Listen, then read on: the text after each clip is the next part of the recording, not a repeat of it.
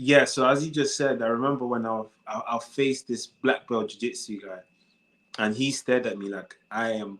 If you try me. Like when you get your friends until you get into the ring. Once you get into the ring, it's like your primal instincts just hit. This isn't a game anymore. This is life or death. And I remember staring at this black belt, and I was thinking, he's going to kill me. He's going to finish me. I know what you're thinking. What would Ziggy do?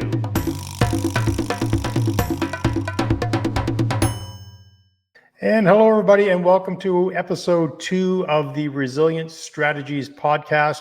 My name is Dave Bazanko, and I am your host of this podcast. The goal of this podcast is to explore the different areas of life that cause us anxiety and ways that we can sort of build resilience with the ideas, the strategies from those successful people who have come before us. So it's a great opportunity to listen to each other, learn from each other. And while we're doing that, hopefully we can pick up some or glean some strategies that we can use in our own life. Now, today's special guest is McDole Shigboragu, who is from London, England.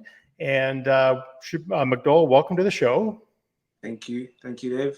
Awesome. Pleasure to be here. So just a bit of background on McDole here. So at 19, McDole started and launched his first business. It was a day trading business for currency.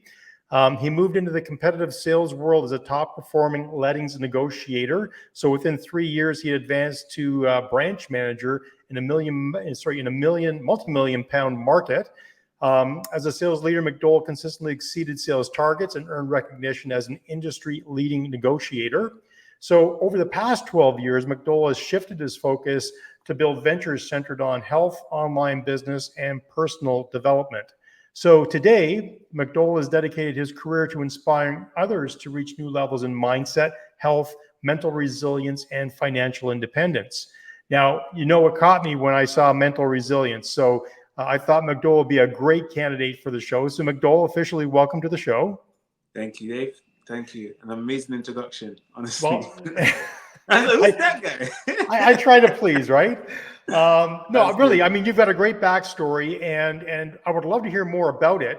So tell me, Sure. why did you shift gears? Why did you move into helping young people develop mental resilience? Why is that so important to you?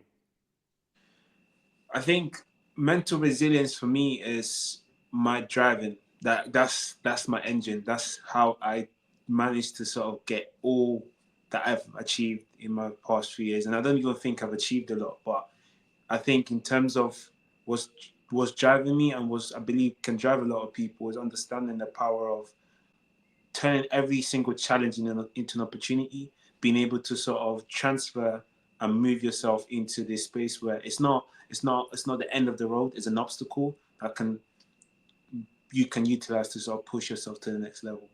That's awesome. And I know you and I had a conversation before today, and we talked a little bit about strategies for ways of overcoming obstacles. And Yeah. I shared my VIP process for resilience, and I know that you've got some great insights that you're going to be able to share today.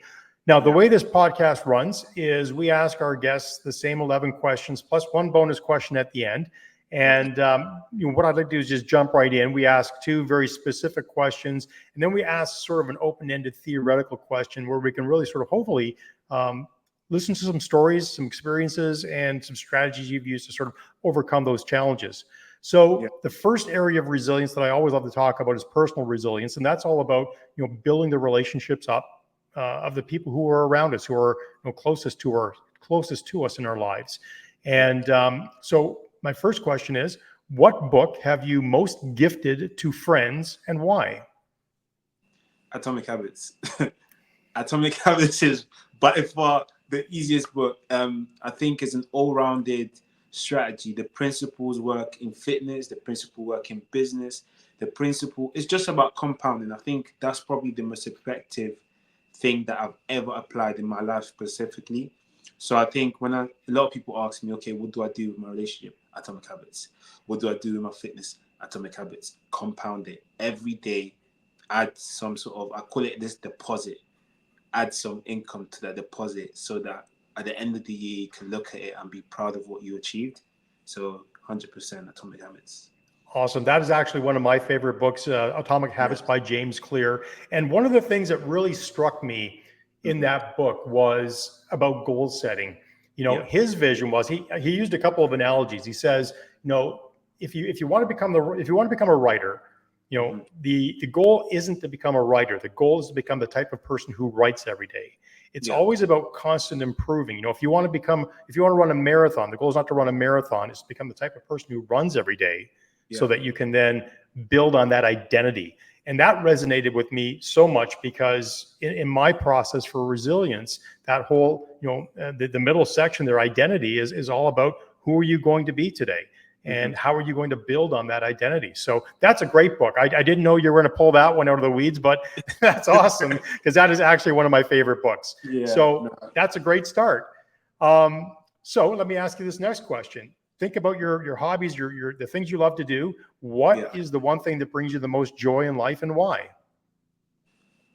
In terms of my hobbies, I think the idea is I've created based on what Atomic Habits says. So just dropping off of what you actually just said, I have focused on becoming the person that does these things. So one of the things that I need to have every single day is an hour session in the gym Mhm. where I'm either exercising or actually doing some fighting. I'm actually a very I know obviously sales and business. So in terms of hobbies, my I guess weird or quirky thing is fighting. I love fighting. I've gone into jiu-jitsu, MMA, um, boxing, and what I've basically done is I want to become an all-rounder, and that's actually inspired by Dragon Ball Z. Mhm. So that's like, yeah. So as you can see, I, that's how. I'm both excited and terrified by that. I'm a person who's actually never been in a physical fight like that in my life, and I Yeah, love the idea of it, but I'm also terrified by it. So yeah, no. maybe one day getting out of my comfort zone, right? I'll get into the ring one day. Maybe not. I don't know if that's a good thing or a bad thing. I mean, 58 years of pent up frustration. I don't get it all out in one session. I don't know. Do you know Um, what? It's so peaceful. I think that's the thing about fighting. Is once you learn how to fight, you just don't want to fight anyone. It's like I don't want to fight you, but it's like because you know how to fight, you just don't need to, and yeah. that's what the beauty. That's the beauty in it, to be honest. I love it. I mean, it must be like a bit of a Zen state for me. Running is my Zen place, Yeah, and it must be the same thing for you doing that. exactly that. Yeah, Do you get in a state of flow when you're in the ring and you're boxing and you're not really thinking about anything else except defending yourself and what your next move might be?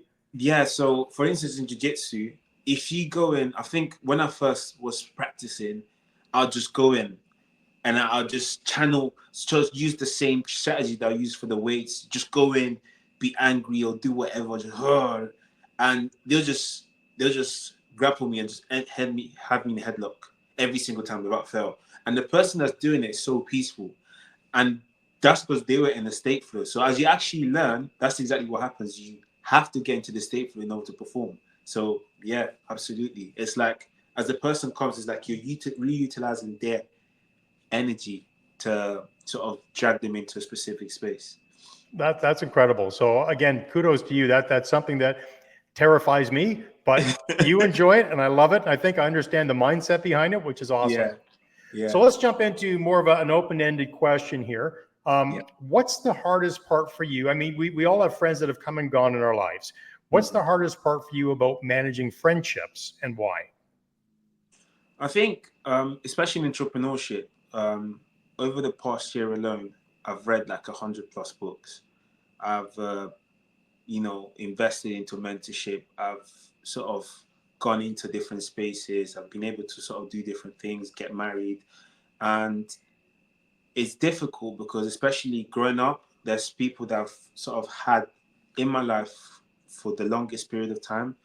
And as I'm transitioning, a lot of them are not keeping up with the transition or they just feel like they've been left behind. And you're just trying to explain to them, like, look, I'm still the same guy, nothing's changed. But in their eyes, no, you are a business owner, you are able to do a lot more things that I'm not able to do. And, so I think initially when I first started, I completely distanced myself from everyone because I just needed to be focused. And they were like, why didn't you just come out and play football? And I'm like, I can't.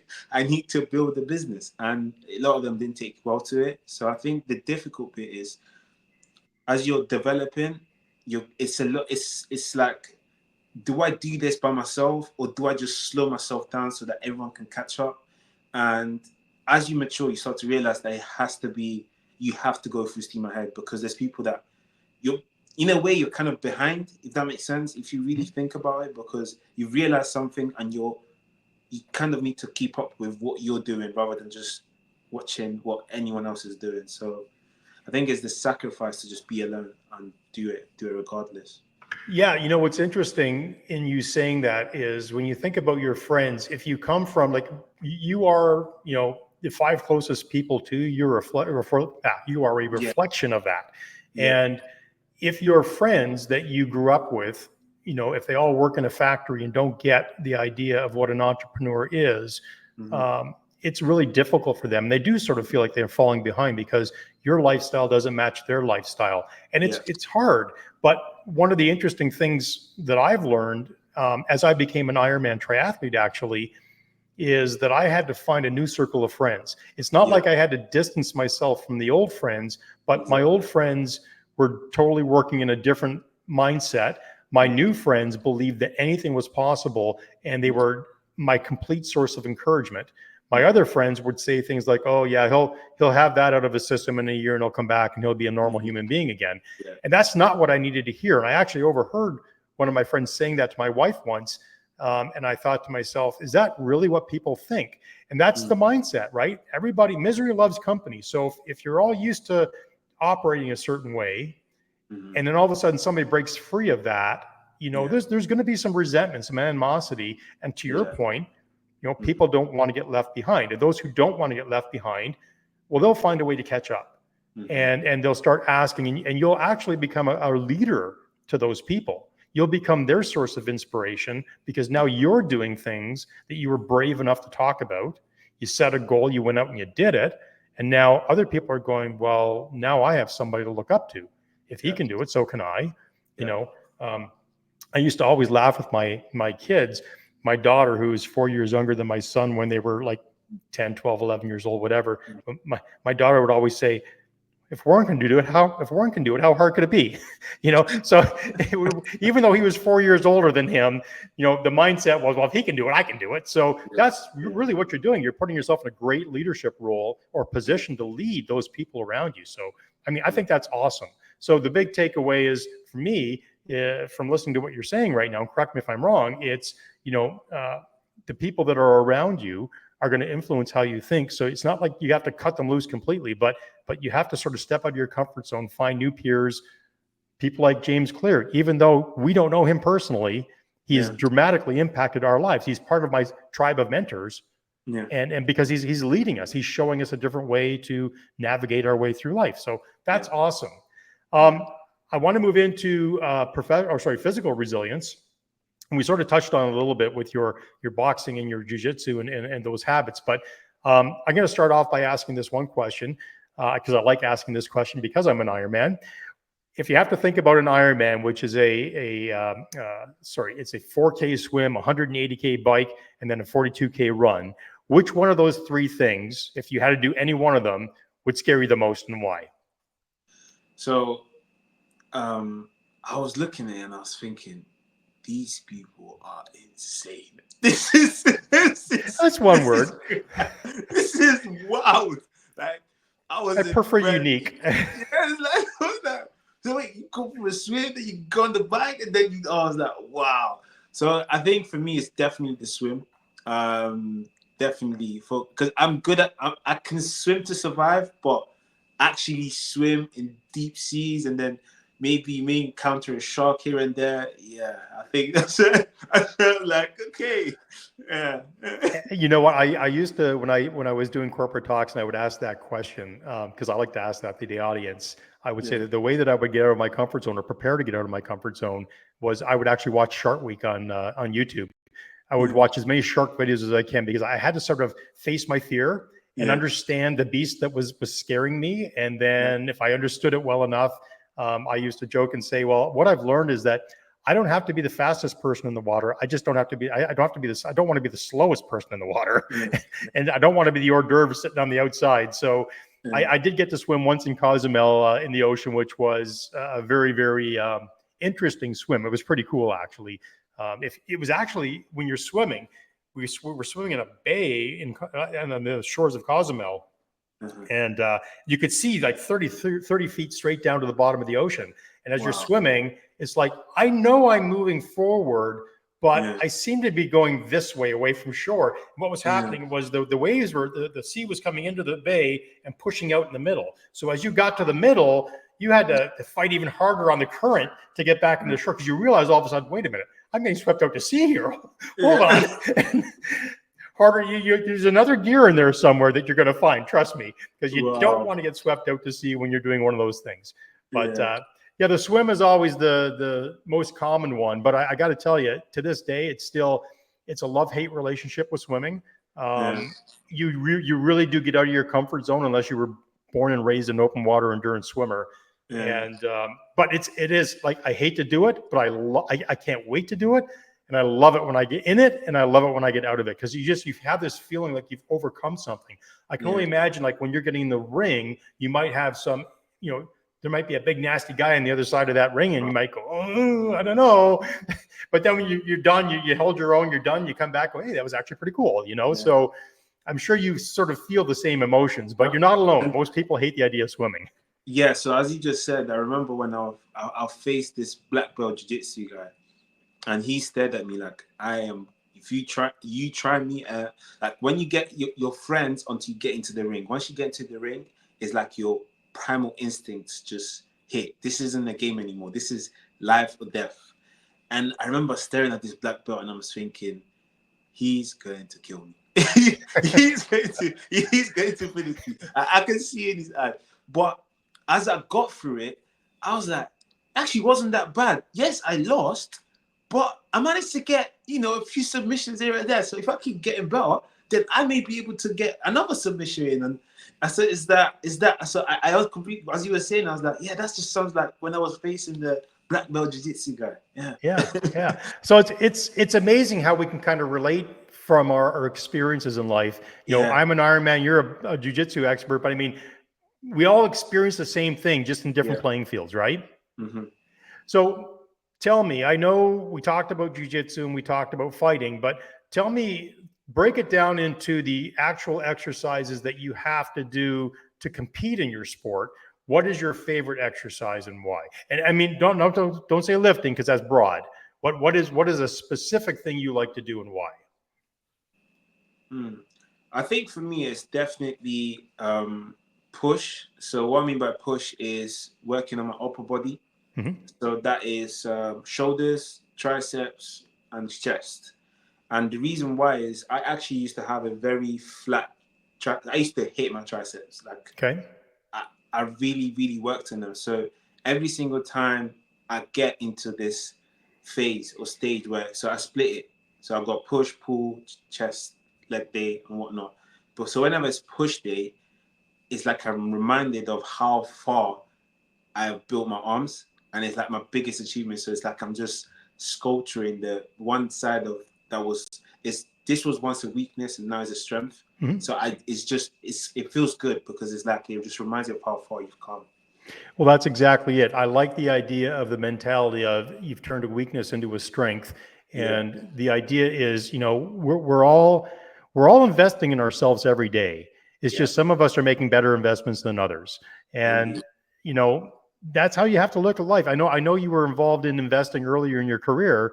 And that's how I look at it is, you're either making an investment into your future in a good way or into your future in a bad way. It boils down to what you do to move and eat. And, it would behoove you or be in your best interest to start paying a little closer attention. I mean, I like when I talk to people about health and wellness, my wife always says, do not talk about sugar at a dinner party or we're leaving. and when that eventually happens, I'm like, but they asked me. I didn't bring it up. They asked me. So, I'm going to ask you, so what's your view on sugar? What's my view on sugar? Mm-hmm. I've got I think a very healthy, athletic idea about sugar. So first of all, I'm not offended by sugar that comes with its natural packaging, which is fruit, because fruit has fiber. So when you get sugars with fiber, that slows down the digestion, it slows down the glucose release. So that's a good thing. But Mhm. in our diets, there is so much processed sugar in the food that we're consuming. And if you look at what the World Health Organization says about sugar, the average male should not consume more than 30 grams of sugar a day. Now, that's the average male, right? The average person who leads a sedentary lifestyle. If you Mhm. consume more than 30 grams of sugar, then you're going to run into a problematic situation. You're going to start putting on weight because that sugar turns into fat and it doesn't get burned off as fuel, and it Yeah. deposits itself as visceral fat around your waist. It's not a good situation. Now, Yeah. the other side to that, and I interviewed actually Craig Alexander a few years ago. Okay. Craig is he was a 5-time Ironman world champion. And Wow. we talked about the fact that he's sponsored by Coke. And most people don't realize that Coca-Cola or Pepsi Mhm. is the main source of sugar on a marathon course all around the world, whether it's an Ironman Yeah. or the Boston Marathon, whatever. They always have Coke. I say Coke, it's either Coke or Pepsi, um, Yeah. as your sugar supplement. Why? Well, when you're training as an athlete now, your Mhm. body, you've got like an hour's worth of glycogen in your bloodstream. That's the sugar that's flowing in your body. That's what your body is using for fuel Yeah. while you're exercising for that first hour. Then, depending on where your heart rate is, your body's going to start using what's available for fuel, either fat or lean muscle mass. And the Okay. problem is that when your heart rate gets up to 130 beats a minute and you Mhm. start really sort of digging in and you've got 5 more hours to go, what you don't want is you don't want to be cannibalizing your lean muscle mass, because your lean Mhm. muscle mass is a more available food source, metabolically speaking, than that Yeah. fat store is. Yeah. So what we do on the run course is we always have sugar, whether it be Coke or a gel pack or something, to take every 15 minutes, because we're basically replenishing the sugar from our bloodstream. It's going into our stomach, into our gut. And because Coke is a liquid, it quickly dissipates through your stomach wall. It gets into your bloodstream. And within 15 minutes, it's available as a fuel source. So I look at it from the perspective of sugar is great if you're an endurance athlete and you need to move forward Mhm. in a long distance event. Yeah. Sugar is your enemy if you are leading a more sedentary lifestyle. Mhm. Most people don't know how to read a food label and don't understand that 30 grams is their daily limit. And they're Mhm. literally, if they actually read the food ingredients of what they ate every day, they Mhm. would probably realize they're probably eating over 30 grams of sugar for breakfast, lunch, and dinner. Yeah. But Yeah. most people don't take the time to look at the food label because they don't know what they're looking for. Like, again, Mhm. if you don't know what the right questions are to ask, Yeah. and if you don't have the right perspective, you're not going to know what to do with the answers. So Mhm. it all depends on your perspective. If you're a sedentary person, I would really look at food labels and try to stay away from, eating more than 30 grams of sugar a day. And Yeah. it's easy to do, but it might mean cutting out some of the sweeter things in life that make you happy. Mhm. Um, and that's the thing is I always tell people you can have your birthday cake and eat it too. Just don't eat it for breakfast, lunch, and dinner every day, Yeah.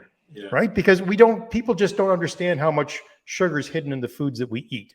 Mhm. So that's a very long-winded answer for your question, but No, it's good. you know, It's good. Yeah, yeah, solid. I think I completely agree with that. Completely agree. So, both myself and my wife just literally should when it comes to sugar, we're just like we okay, we'll have honey, mhm. but it's either honey or fruit. So we don't actually buy the physical sugar. We only use either the fruit based one or just don't touch it. We just stay away from it as much as we can. So Yeah, yeah. and one of the things that I've come to learn is that metabolically speaking, a sugar Mhm. molecule is a sugar molecule. Doesn't Yeah. matter whether it comes from a natural source, a fabricated source, Yeah. it's still a sugar molecule. So Yeah. what makes it special and unique is does it come with any dietary fiber? Mm. That's what's going to slow down the insulin response in your body, Yeah. right? Because it takes longer for the body to process that. There's very few people who become obese because they ate too many oranges. Yeah. But the trick to that is it Mm-hmm. takes 4 oranges, like four Mm-hmm. medium oranges, to make 1 cup of squeezed orange juice. Mm-hmm. So think about that. When's the last time you sat down and ate 4 oranges and went, Mm-hmm. okay, that's a lot of oranges. I think I've had enough. But Mm. how many times, like when I was growing up as a kid, I would eat, I would drink, I would say, I would call this like a 2 cup glass of liquid. I drink 3 of those of orange juice without even thinking about it because Mm. my metabolism was high as a youth. Um, you don't think about it. Why Yeah. would anybody think about sugar? That Yeah. tastes good. I'm going to drink it. Yeah. It's as we get older, we have to start asking better questions that demand better answers because why the heck is this happening to my body? What's all this stuff around my waist? How do I get rid of that? Why won't it go away? Yeah, yeah. And just to add to that as well, don't want to derail from the topic, but just to finish off with this, I actually see sugar the same way a lot of people see fat, Hmm. because what we're not realizing is that people are running away from fat. Oh no, I want the 0% fat. No, what you should be looking at is how high, what's your intake on sugar? Because it's the insulin levels being at a lower level that are going to keep your body fat percentage at a low level. Because that's all I literally looked at. I was like, okay, how? Because I was so keen on, I wanted to eat as much as possible without having to be feel restricted, because I Hmm. tried scaling and dieting and I hated it. So I was like, why don't I just eat healthy? But what does healthy look like? And that's when I realized, okay, oh wait, fat is salmon is fat. I shouldn't eat salmon. And I was like, wait, hold on a minute. But salmon's good. Salmon is good. Yeah, but it's fat. And I was like, okay, so what's really fat? And then I looked at it. Oh, so sugar is fat, and salmon is actually good fat. So yeah, interesting. There's good fats and there's bad fats, and that's Exactly. what's actually interesting. Here's something I learned about 10 years ago is when I was doing my public speaking. I learned that when you get really passionate about something, when you discover something about sugar, when you discover something about weight loss, when you discover something new, you have to first of all look at it from a 10,000-foot view and go, okay, who's putting out this information? Is it Mm-hmm. skewed by a sponsor of a certain industry? So let's just start Mm-hmm. with that. Is it Yeah. independent research that you can actually take for its word? It is what it is. Mm-hmm. There's a lot of discussions around the smoking, the cigarette industry, the playbook they use, the sugar industry is using the exact same playbook Yeah. to put out uh, alternate facts Mm-hmm. that support their industry. The food pyramid was sponsored by food companies, right? So Mm-hmm. of course they're going to put their information on there. I think the best thing that we can do as you learn new things and you want to talk about new things is Mm-hmm. to inspire other people to get curious, Mm-hmm. not to tell them what to do, because nobody likes to be told what to do. Nobody wants to be told they can't have a piece of birthday cake. And I've never Yeah. said you can't have a piece of birthday cake, but I'm just Yeah. saying nobody wants to be told that that's a bad idea to have that, or it's a bad idea to have that bagel in the morning, or it's a Mm-hmm. bad idea to have that bread, or whatever you might be having. There's a great comedian who says, I can't believe they don't eat bread. They don't Yeah. eat bread. Well, yeah, there's a time and place. There's empty calories. There's a time and place to have those in your system, and there's a time Mm-hmm. and place not to. And it all Exactly. depends on you, your lifestyle, and what you do. Yeah. Now, this is going to turn into a fun part of our conversation because this leads us to my next question. What scares you the most about growing old and why? I think I think for me it's just dying young. One of the biggest reasons why I got into fitness at the age that I did, so I stopped playing football and I was like, well, I'm still gonna go to the gym regardless. And that was at the age of 16, 17. Um, it was simply because I just don't want to die old. Like, I don't want to die young. I've seen When so you many say people. that, do you Yeah. mean like from heart disease, or is that kind of what you're going for? Yeah, Or so a lot of okay, so two of my uncles, so one of them was my dad's younger brother. He passed away due to cancer. Mhm. My other uncle, he passed away due to a heart attack, and Okay, this was all below the age of, like, my uncle was probably under 40, okay, and my other uncle was under I think he just went past 60. okay. And again, I just don't drink alcohol, for instance. I don't touch it. I don't want to go near it. I used to drink it here and there when I was on holiday, but as of past probably year or so, I just stopped completely. I just have no interest in it. And I think one of the main reasons for me is simply I just don't want to die young. I want to be able to see my children grow old. I want to see their grandchildren, and I want to be the healthy granddad that's able to carry them around and lift them. And not being able to achieve that will be a very, very big loss for me. I think a lot of people can resonate with that. That's a pretty human instinct um, to want to have better health as you grow older. I'll share this with you. My father and his mother both passed away from complications from Lewy body dementia.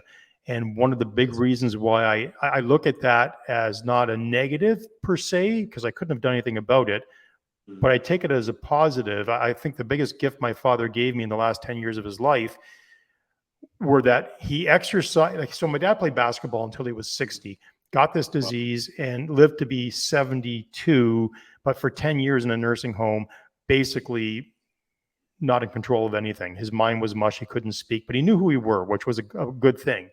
But Mm, what I took away from that was my big wake up call. mm, I was not paying attention to diet or exercise. I was trying to be an entrepreneur like you. I was burning the candle at both ends. I was trying to support my young family, and I had heart scare at 40. mm, And I looked at my dad and I went, okay, what's going on with him? And is that now me? And the more I dug into his disease, mm, what the neurologist told me was that, and I'll never forget this, they said crosswords are for entertainment, exercise is brain food. Look it up. mm, Now, she didn't know I was an Ironman triathlete at this point, and I did look it up. And essentially, what she was referring to is something called BDNF, brain derived neurotrophic factors. And mm, what that is, it's like miracle grow for your brain. So when mm, you exercise and you get your heart rate up to 60% of your maximum heart rate, mm, and anywhere between 60 and 80% for extended periods of time, it's like spreading miracle grow on your brain. You're creating the right situation for your hippocampus to start developing new brain cells, mm.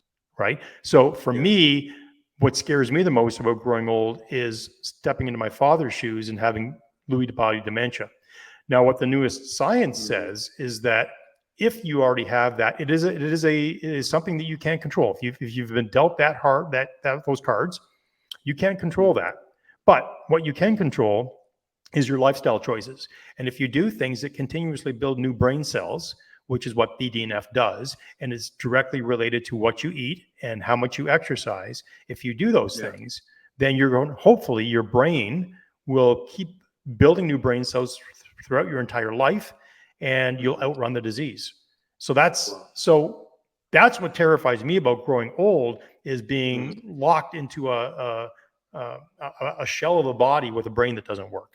yeah. That Yeah. terrifies me.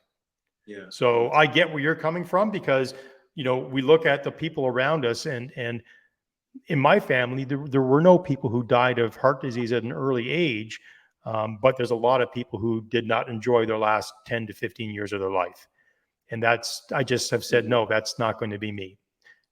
I mean, you yeah. can't control what's going to happen tomorrow, but if I can invest in myself in a positive way, then I think I'm hedging my bets in the right direction. Would you agree with Indeed. that? 100%. Do what you can. That's it. That's all you Yeah. can do. Well, Yeah. again, That's it. inspire people and make, ask better questions that demand better answers. So, Indeed. Yeah. talking about asking better questions, let's move on. Professional resilience. I knew I was going to have a good conversation with you. We're going to run a little bit long, but that's okay. Or maybe not. We're getting through this pretty good. Professional resilience and developing a growth mindset. I know this is you're a resilience advocate as I am. Mm, So I'm going to ask you in your professional career, what yeah. new skill would you like to learn and why? So I think in terms of the new skill, I think initially I was sort of very keen on marketing. And the reason why marketing was something that was really attractive to me was because when it comes to sales, I'm like a very soft closer. I don't really Mhm. like the hard, like, yeah, come on, buy from me. I don't believe in convincing people. I'm very like, if you want to buy, buy. If you don't want to, look, I wish you the best. And it's worked quite well for me, my sales career. But I think marketing attracts people into doing that without you having to do anything if you do it properly. So I was studying a lot of books around it. And to be fair, I'm still getting my head around it. So I'm looking at people like Alex Omerzi, for instance. I think he's quite good at it. Um, we've got Sabri Subi. He's also quite good at it. These are all sort of Mhm. like very big names on YouTube. And yeah, I'm just sort of focusing on just learning the skill and sort of applying in the business. I would offer you this advice, and I'm not Yeah. saying that the post-secondary school isn't important. It is. It's important to help you with your critical thinking and decision making, but you can learn all the skills you just talked about. My background is marketing. I got it. My degree is in marketing, and Okay. I am continuously. I don't go to the colleges or the universities anymore. I go to YouTube. I go to the Mm. people who are successful in social media because let's face it, there's traditional advertising which nobody believes anymore, and unless you're doing a shotgun approach with millions of dollars, that's really good there. If you're bootstrapping it and you're trying to be scrappy like you and I are trying to be, and we're trying to Hmm. get our brand recognized in the world, learn social media marketing. And there's some great people. Think Media is a great one on YouTube if you want to Yeah. follow Yeah. those Yeah. guys. Gary Vaynerchuk is another one who Uh, he's not everybody's cup of tea, but he's nailed it on the head. I mean, I've watched him now for 5 or 6 years, and he talks to a lot of guys my age who just can't seem to get off their butts and actually do it. They all want to have social media marketing, but they think they can hire somebody to do it. They don't quite get it. mm. And this is where I like to think that, always be learning, always have a growth mindset, always be Absolutely. learning new skills and upskilling. If you continue to do that throughout your career, you're never going to be the first person somebody goes to fire in a company, or you're never going to be the last one to the party because you're leading the curve. Yeah. You've got an iterative process to try things, test things, and learn from your mistakes so that you can. And that's the key to resilience, right? You Indeed. learn from your Yeah. mistakes so you can avoid it the next time, so you don't have to suffer through that again, and you keep Indeed. moving forward, right? Yeah. Yeah. Awesome. Absolutely. Yeah. So, So go no, ahead. go on. Go on. Go on. Go on. Okay, so you want to learn about marketing? That's awesome. What existing skill do you currently have that you would love to master, and why? I think for me, I love storytelling. I'm fascinated. I think ever since I was a kid, I was the kid that would gather the little siblings around and say, "Guys, I've got a horror story to tell." So I'd work on my tonality. I'd get the song to just create the environment. And when I'm watching movies in particular, I'm always sort of trying to understand, why am I so attracted to this character or that character? What is it that they're doing that's appealing to me that I can apply in my business world? So I think storytelling for me is definitely something I want to master.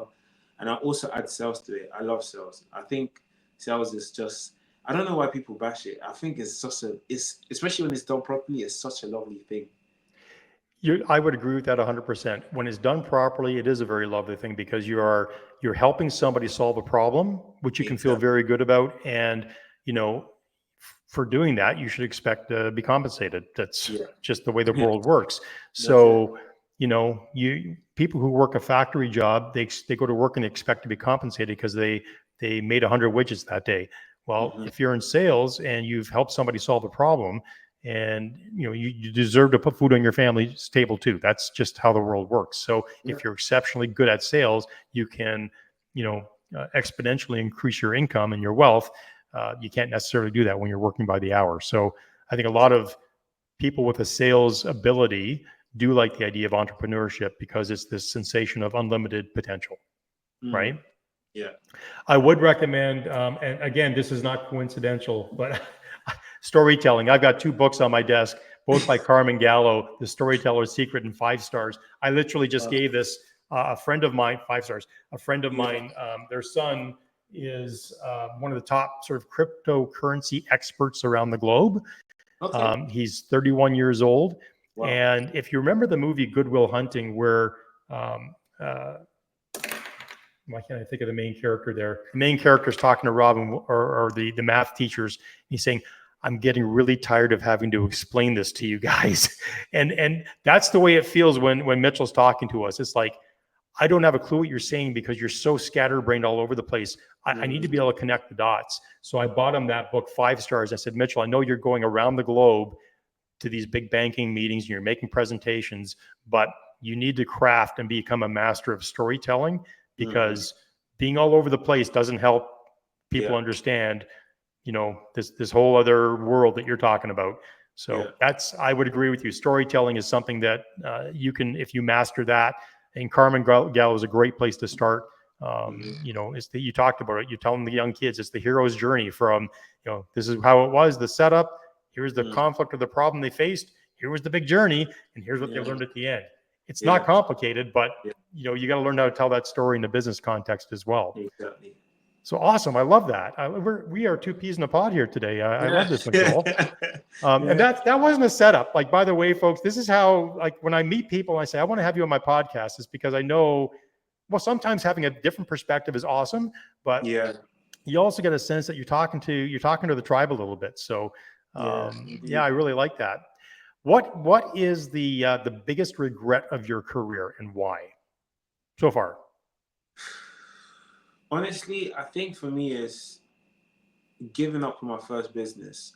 So at the age of 19, I started trading, and I made quite a bit, and I was excited. I was like, this is my first, like, I'm 10K away from six figures, and I didn't even know what it's like to fully work for someone yet. And I think when it all went crashing down due to different reasons. So one of the reasons was my uncle passed away, and as I was trying to withdraw the cash, I just took a lot of bad bets, like a lot of them. I lost 40K within the space of a week, and then as I tried to climb myself back up again, I managed to gather it was £300, and I turned that into 2,000 by the end of the week, and I lost that too.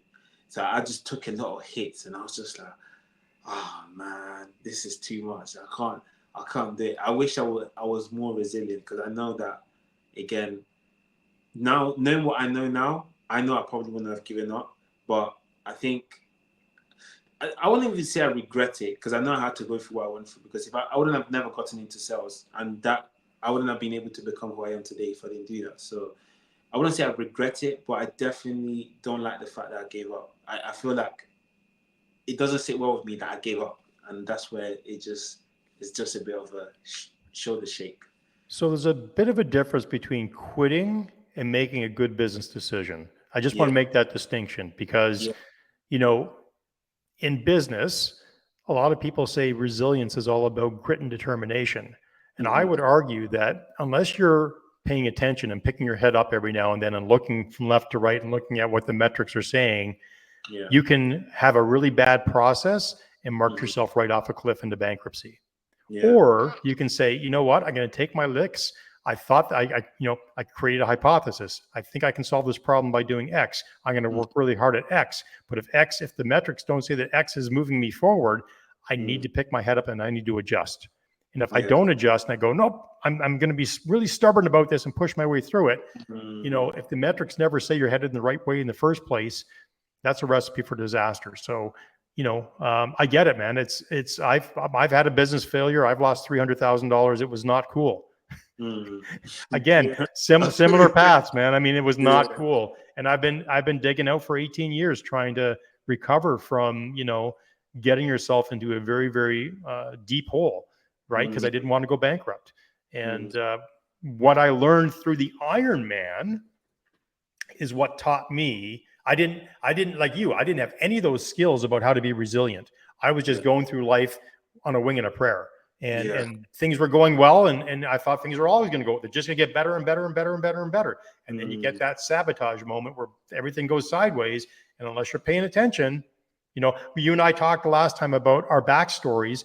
I mm-hmm, posted up my backstory this week on the YouTube channel, and I explained that exact how I went through that situation, mm-hmm, and it almost killed me, and I mm-hmm, didn't have any strategies for resilience. And now looking back, I think, mm-hmm, again, blessing is that I survived all of that, and then I went on and became an Ironman. I survived that, and then mm-hmm, I started asking questions like, why am I not happy? I've got control over this one thing in my life I can be in control of, and I'm still not happy. Why? And when I kept asking better questions, it finally dawned on me that there's this big process that I've just learned. And if I learn how to implement that across my personal, my financial, my professional, my physical life, yeah, and I just pay attention to the metrics yeah, and I tweak my process every now and then, good things are going to happen. yeah, Or if I just sit down and put my head in the sand, probably bad things are going to happen because I'm going to start falling behind in life. So, yeah, like, I get where you're coming from, McDowell, and I totally empathize with it because we've shared a similar experience. mm-hmm. You're learning around. I'm assuming you're between 30 and 40. 27. 27? 27, yeah. 27. So you're not even there yet. So you're ahead of the game. I didn't learn these lessons until I was about 45. So Wow. you're way ahead of the game, which is good. That's why I love this. I love talking to young guys because maybe, this perspective will help you navigate, a pitfall down the road, and you'll have Absolutely, a yeah. tool, right? A Yeah, tool to yeah, use. sure. Okay, let's jump into financial resilience because I know this is one that we've talked about a little bit as well, but let's Yeah. jump into it. You are buying stocks. What's your favorite type of income bearing asset and why? And maybe tell people what, in your mind, what an income bearing asset is to you, and then tell them what your favorite one is and why. I think for me, very good question. I think for me, it's personally running. I think one of the best assets. Like I've done trades, I've done property, I've done just car rentals. I think the best one is just yourself because it's the best way to bet. Like it's literally you can't go wrong in betting on yourself. You're betting on so many different assets, but Okay.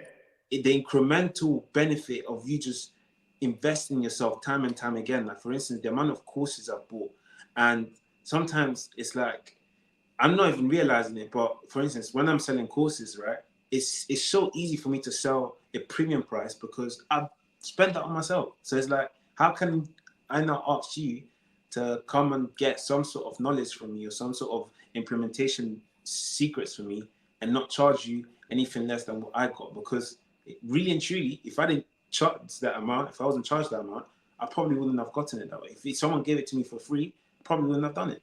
So I think, yeah, look, Vanguard probably after me, probably say Vanguard, safest bet. But I Well, genuinely believe that investing in yourself is the best one.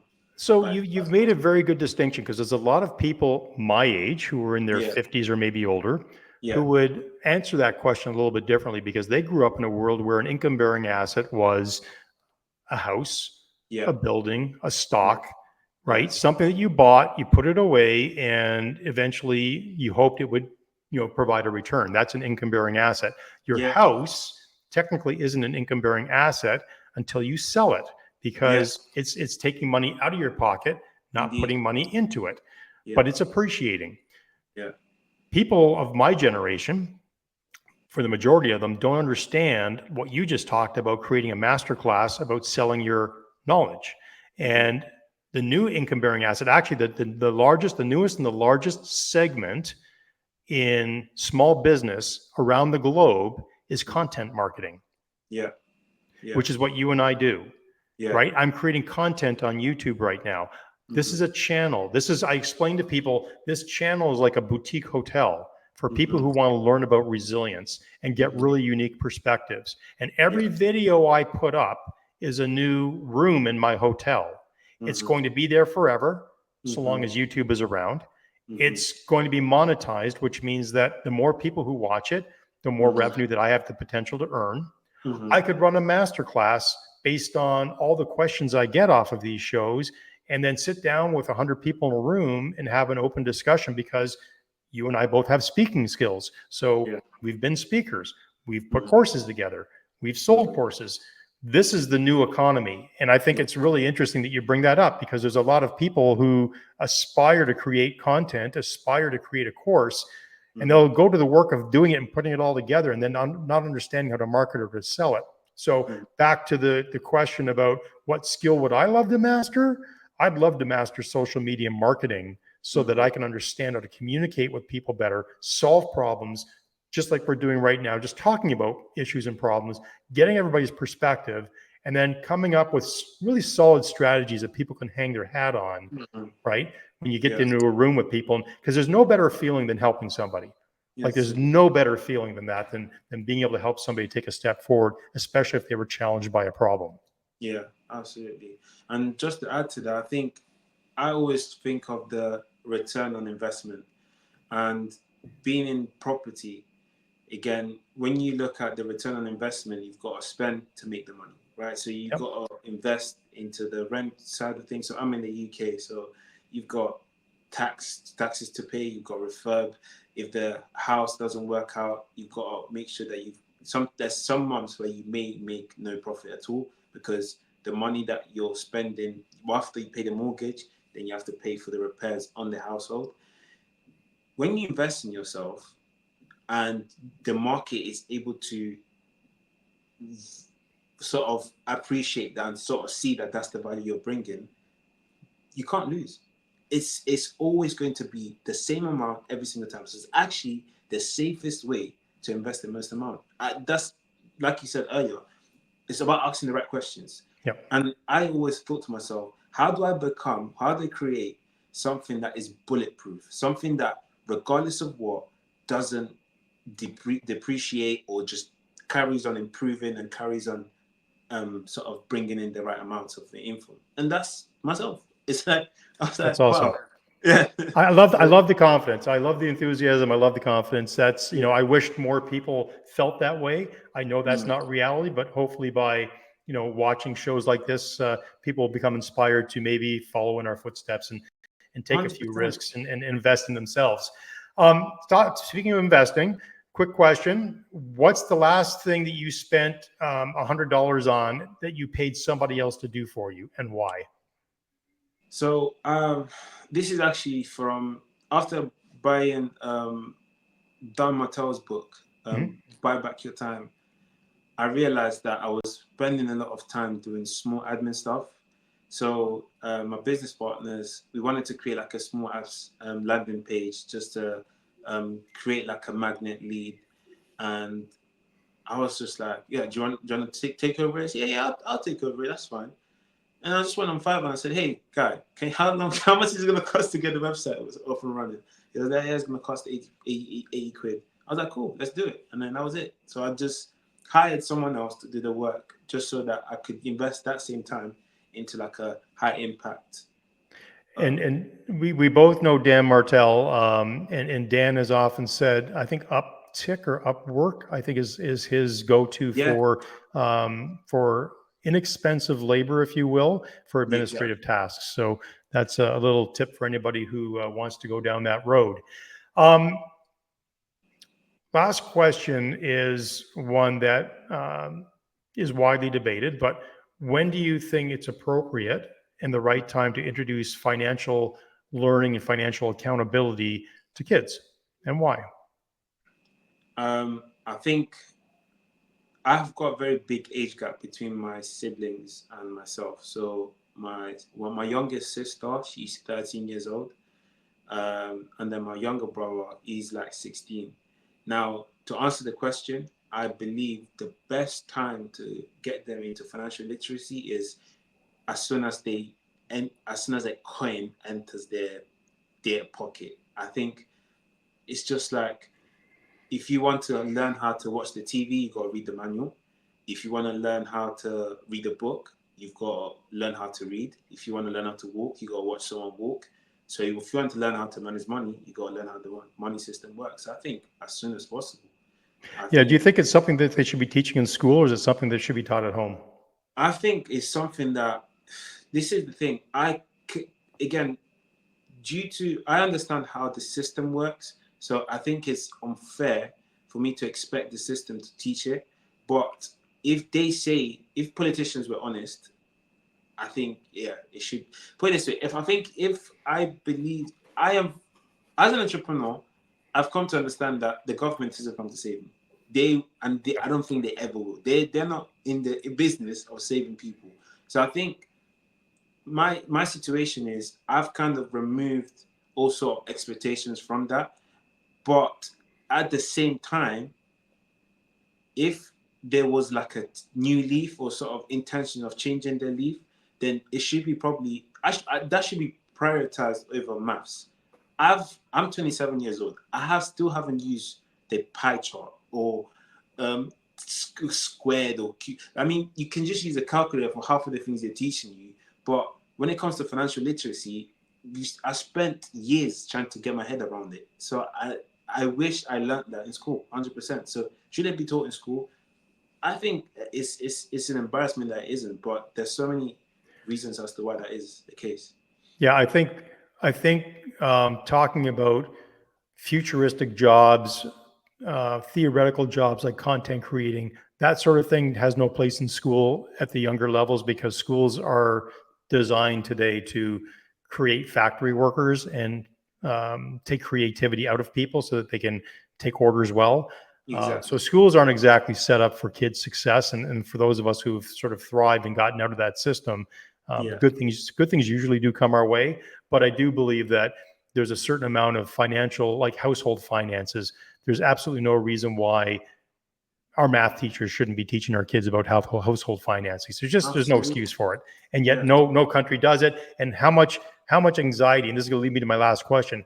How much anxiety do people go through because of finance?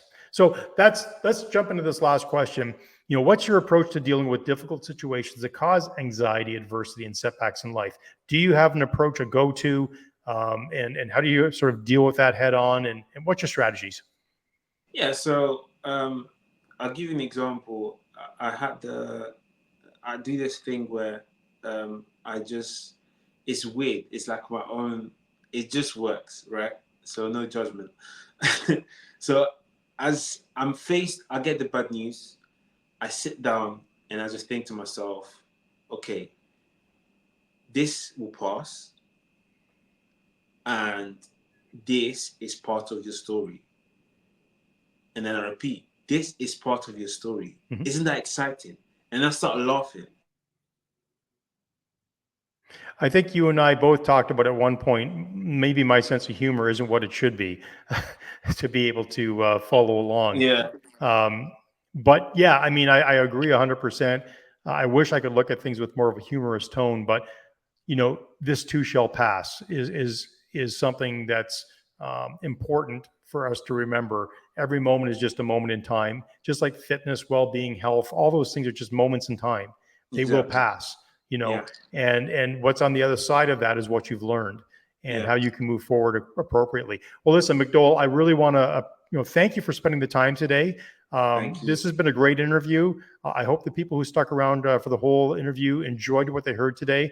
I love Yeah, getting the perspective of people, especially younger men and women, because it's a different world today, and I love mhm. just getting a sense of where you're coming from, so that it helps me relate to people who are younger than me as well. So Yeah, hopefully this sure. conversation will help some people, and I will leave it at this. If you want to reach out to McDowell, you can find him on LinkedIn. He is certainly available to connect and chat with anybody who is in need of his services. So I highly recommend that. If you are new to our channel and you haven't subscribed yet, please consider subscribing. We do have this big audacious goal of getting to 1,000 subscribers by the end of the year. We Mhm. just started the podcast the start of November, so we're too deep in now, and we're hoping that we're going to resonate with some folks and get that subscription rate up. But by the end of 2025, we're hoping to get to 1 million subscribers. So that's a big, hairy, audacious goal. And I don't know how we're going to get there yet, but I've got the vision. We're going to get the right people on the channel, including McDowell here, and I know he's going to spread the good word and pay attention and follow along with us. And we just really want to thank you today for your contributions, and all the best in the future. Okay. Thank you, Dave. It was a pleasure. Awesome. So I'm just going to close it off by saying thank you, everybody who joined us today live. And you can find us on our YouTube channel, the Resilient Strategies Podcast, on demand. So thanks very much.